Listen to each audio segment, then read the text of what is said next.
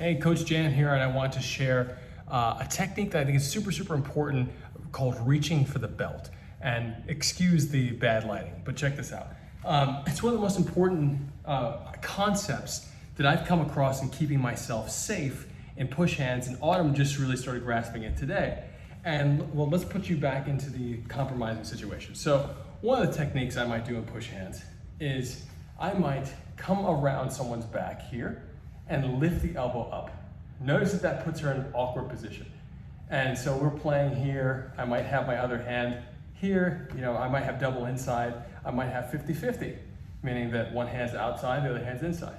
So if I come here and I lift up, and now I'm doing a Tai Chi posture here. I'm reaching up and I'm creating this shape that makes her feel really awkward.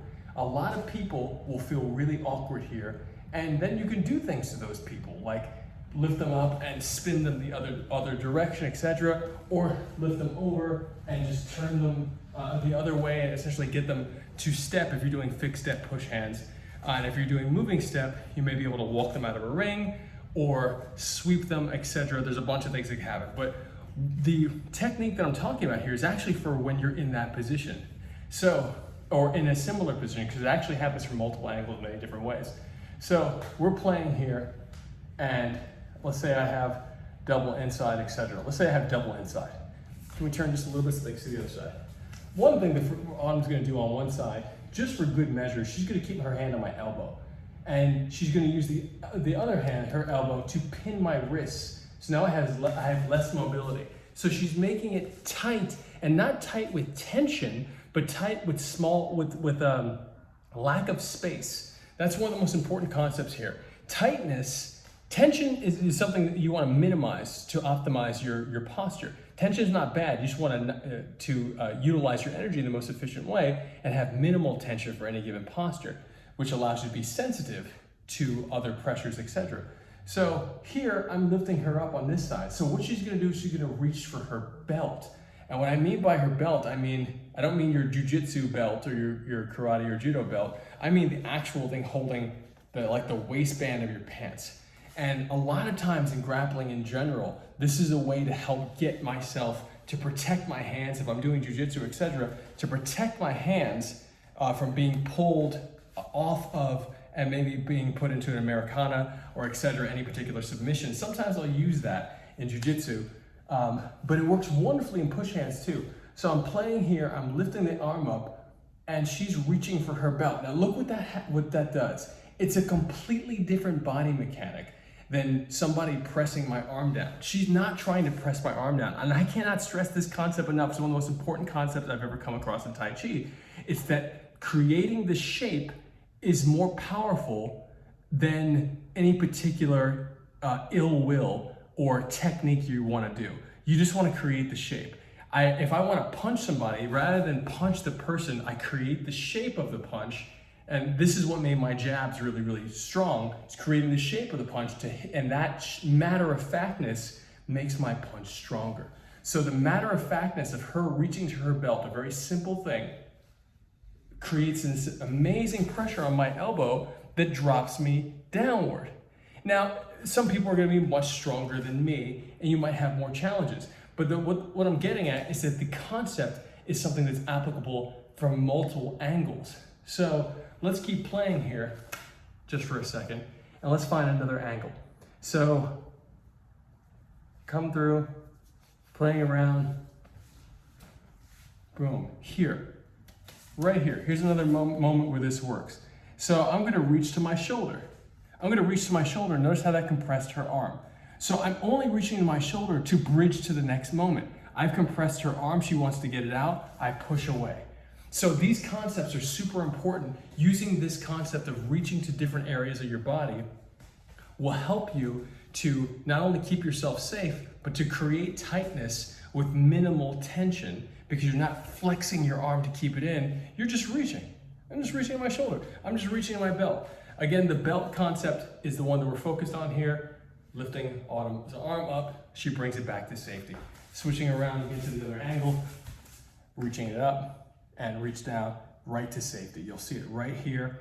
And from here, she can bridge out. If you do it to me, boom, she just bruised out. She just opened up and created some space here. So all these little shapes, again, they work for your strategy. The concept is for you to be able to feel incredibly strong without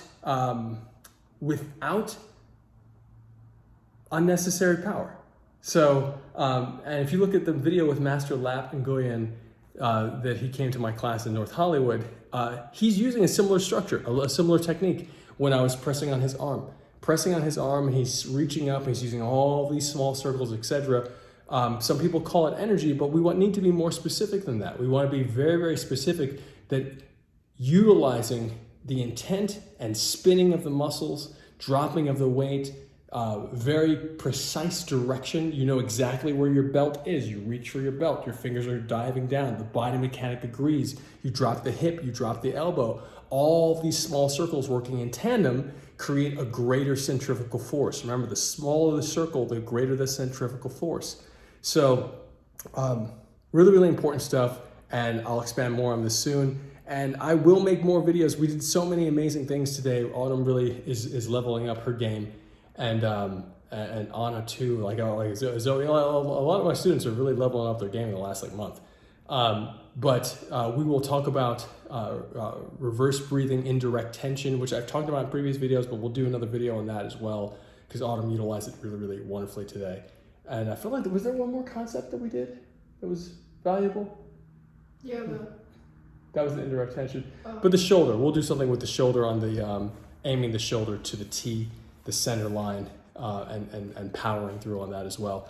All these wonderful things work together at the same time. As a matter of fact, you know what? I want to add one more thing to this. Can we do this again? Guys, getting a little bonus on this video. I'm putting this around the bookshelf right here. But the one thing I forgot to mention is that when she is connecting, when we are in this position, her arm is up on this side.